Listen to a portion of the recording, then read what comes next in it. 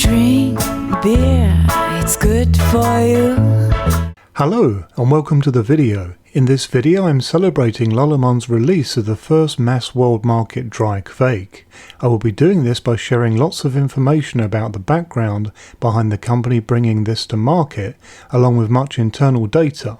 Much of this has never been shared in public until now, so let's get started. Firstly, in speaking with Lallemand, they told me that they have been working for several years to release this first dry Kveik isolate. This yeast is now available in both sachet form and brewery pack form. Lallemand have been kind enough to give me permission to share with you some internal data that cover genetics, growth, production as well as fermentation. I will start sharing these now throughout this video to provide background. Before this first dry Kveik could be released, there was a great deal of testing, characterization and research at Lallemand. It is key to the company that they keep their technical standards very high, and Kveik provided some new challenges, as you can probably imagine.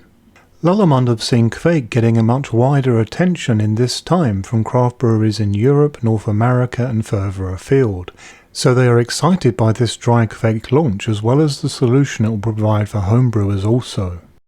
In launching a dry Kveik isolate, Lallemand found the biggest challenge was strain selection. In total, Lallemand worked with 35 different strains that were identified from various cultures, so accessing and narrowing down these very complex cultures has taken considerable time and research, as I'm sure you can all appreciate. Within this melting pot of strain selection was the fact that they wanted the strain to be dominant and thus strong. It is also important to the company that the strain has something unique from a sensory perspective, or yeast that will give great functional benefits like fermentation speed or being easy to reculture. The Voss culture provides both, and this was a key factor in the decision process. It gives interesting and unique flavour when handled well, but also has great functional benefits such as high fermentation speed and very strong flocculation, as well as being consistent across a wide temperature range. Moreover, Voss is one of the more well-known and highly regarded Kveik cultures, and so has more defined expectations and characteristics. In this sense, it is a good strain to offer the market as a first one, as to some extent it would be more familiar to brewers. At this point, Lallemand does not have its sights set on another particular culture for release this year.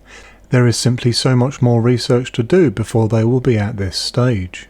There are a huge amount of different Kveik options for intense fruity flavours all the way to functional strains that have a unique and special trait that provides a great attraction. Lallemand would love to hear from brewers to find out what they would like to see released next and why. Please feel free to use the comments section of this video for your responses, and you can help shape the next dry Kveik isolate release. It is fair to say that there is such a significant diversity and complexity within Kveik cultures that the possibilities are numerous and very exciting. It should also be mentioned that Lallemand are also looking to embrace the challenge of a multi-strain Kveik in dry form, with research already in progress. This is not narrowed down to any existing multi-strain Kveik either. They are looking at combining different strains from across the range of exciting and interesting new forms of Kveik. This is very ambitious work for sure, and I for one very much look forward to seeing this progress. Let us now look a little further at the Voss Kveik released. Unlike the previous commercial Kveik isolates, this dry form has its own formulation for pitching. Please take clear note of this in planning and using this yeast. According to the rather wide pitching rate, an 11 gram sachet is enough for between 11 to 22 litres of wort. A greater pitching rate may be needed for high gravity brews. You can be sure to know that I'll be testing this very soon and will report back. Lallemand confirmed that wort aeration is not required for the first pitch, but advise it if this yeast is harvested and repitched. Lallemand also confirmed, in line with fairly recent research, that rehydration in wort without prior rehydration will often result in better performance, including a reduced lag phase and a greater attenuation rate. In terms of the optimum temperature for this isolate, it is between 35 to 40 degrees C or 95 to 104 degrees Fahrenheit, but it can be fermented lower, so a full range of between 25 to 40 degrees C or between 77 to 104 degrees Fahrenheit can be used. I suspect that a lager-like profile can be obtained with this yeast in line with farm Voss Kveik, but I'm yet to test this. This yeast has a medium to high attenuation rate and a very high flocculation rate. It is also happy with up to 12% alcohol by volume. Here is the flavour and aroma chart. As you can see, it is relatively neutral with slight orange and citrus notes.